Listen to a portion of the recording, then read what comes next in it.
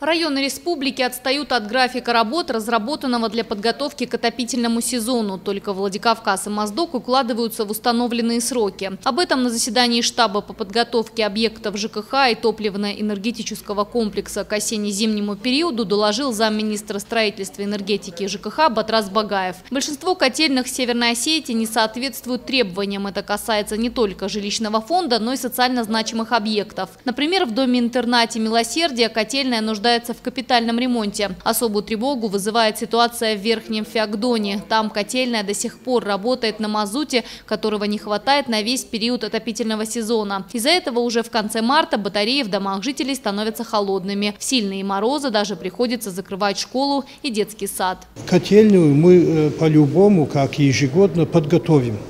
Но, опять-таки, вопрос мазута.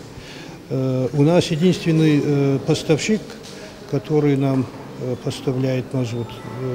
Жалоб на них нет, конечно же.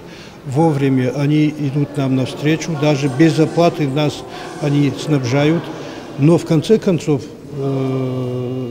выплаты задерживаются. В работе штаба принял участие в Рио первого заместителя председателя правительства республики Вячеслав Битаров. Он призвал руководителей всех министерств, а также глав районов тщательно подготовиться к осенне-зимнему периоду и предупредил, что если во время отопительного сезона будут аварии, за это придется ответить по всей строгости закона. Елена Черенкова, Олег Рамонов, Осетия ТВ.